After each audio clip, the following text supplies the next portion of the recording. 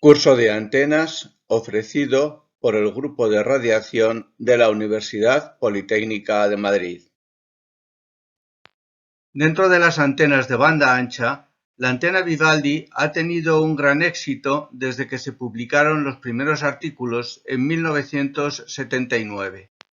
En coordenadas cilíndricas o en cartesianas, podemos establecer una ecuación general de estructuras autoescalables, en las que un cambio de escala supone solo un desplazamiento en una dirección dada. En este caso se utiliza la coordenada z como variable asociada a la exponencial. Son muchas las estructuras de este tipo que se han probado en diseño de antenas, sobre todo en el diseño de bocinas.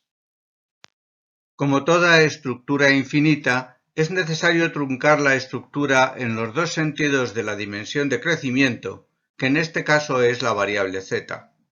El truncamiento en el valor máximo de z nos dará el tamaño de la antena, mientras que el truncamiento en el valor mínimo determina la zona de alimentación.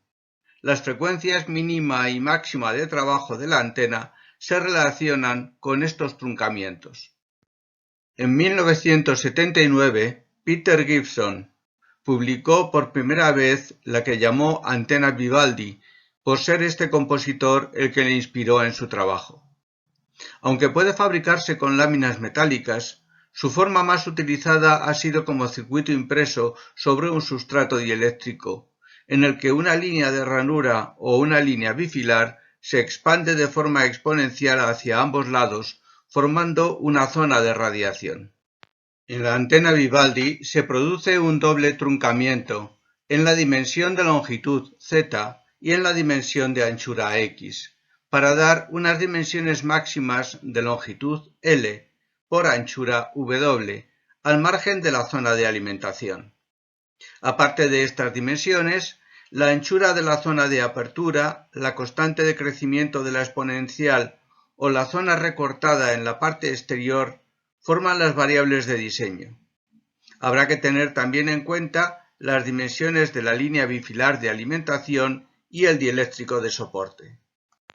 La reflexión de entrada define la banda de trabajo de la antena, donde la frecuencia mínima está limitada sobre todo por la anchura de la antena. La frecuencia máxima se limita por la forma de la estructura de alimentación. La longitud afecta poco a la reflexión de entrada y el resto de parámetros de diseño permiten un ajuste fino en la zona de baja frecuencia. Al aumentar la constante dieléctrica del sustrato, aumenta la reflexión en frecuencias altas, pero no cambia la frecuencia mínima.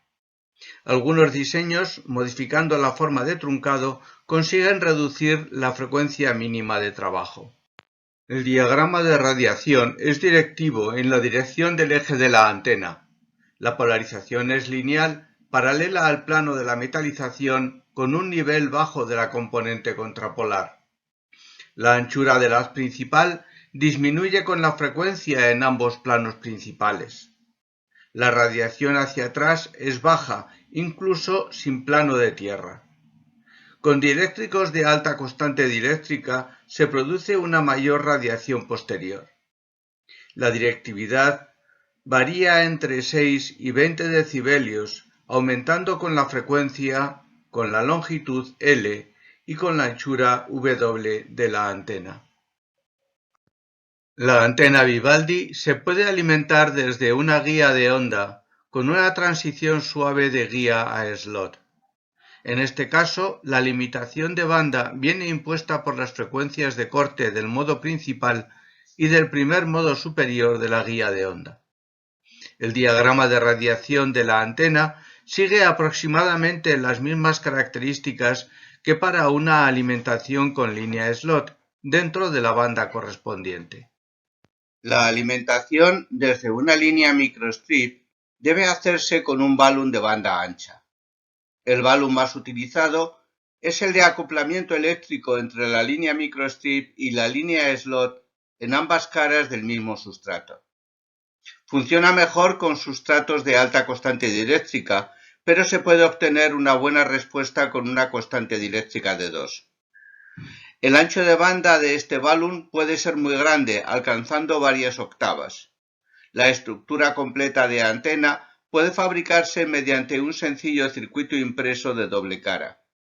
La adaptación de entrada es buena en más de 3 octavas con diagramas directivos. El paso a través de una línea bifilar impresa o línea biplaca mediante un balón gradual conduce a una antena Vivaldi impresa en las dos caras del sustrato o antena antipodal. Es una estructura muy sencilla, muy fácil de ajustar con pocos parámetros y que ofrece una banda muy ancha.